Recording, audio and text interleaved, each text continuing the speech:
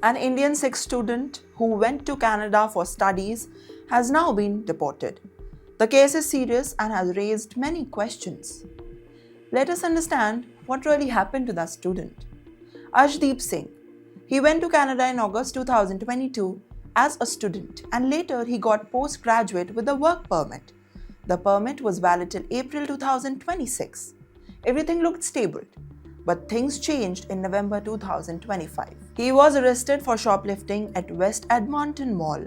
At first, it looked like a small crime, but when police checked his phone, they found something much bigger.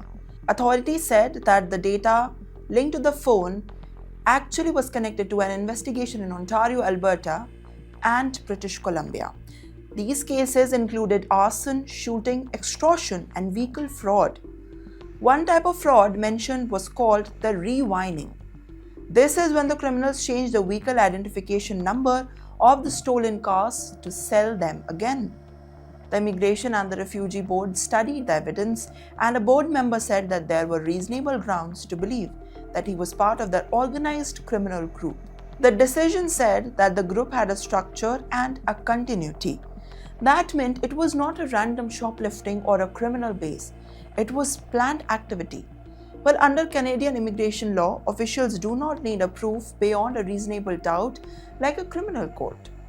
They only need reasonable grounds to believe someone is involved in the crime.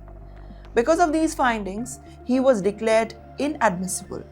In simple words, he was no longer allowed to stay in Canada. He was ordered removed in December and he was also held in the detention because officials believed that he was a danger to the public. The Canada Border Services Agency said that this case is part of a much bigger investigation. Nearly 300 foreign nationals were linked to the extortion cases. So far, 10 suspects have been deported and 32 removal orders have already been issued. 9 more people are waiting for the hearings. And this case shows how serious Canada is now about the organized crimes and the immigration rules. For international students, this is also a reminder that visa status cannot be cancelled and linked to a criminal activity. But it also raises questions about how did a student on a work permit get involved in such serious and heinous investigation?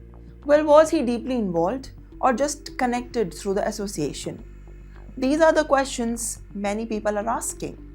What do you think? Should immigration laws be stricter in such cases? Or should there be a higher proof standard before deportation? Let me know what you think in the comments.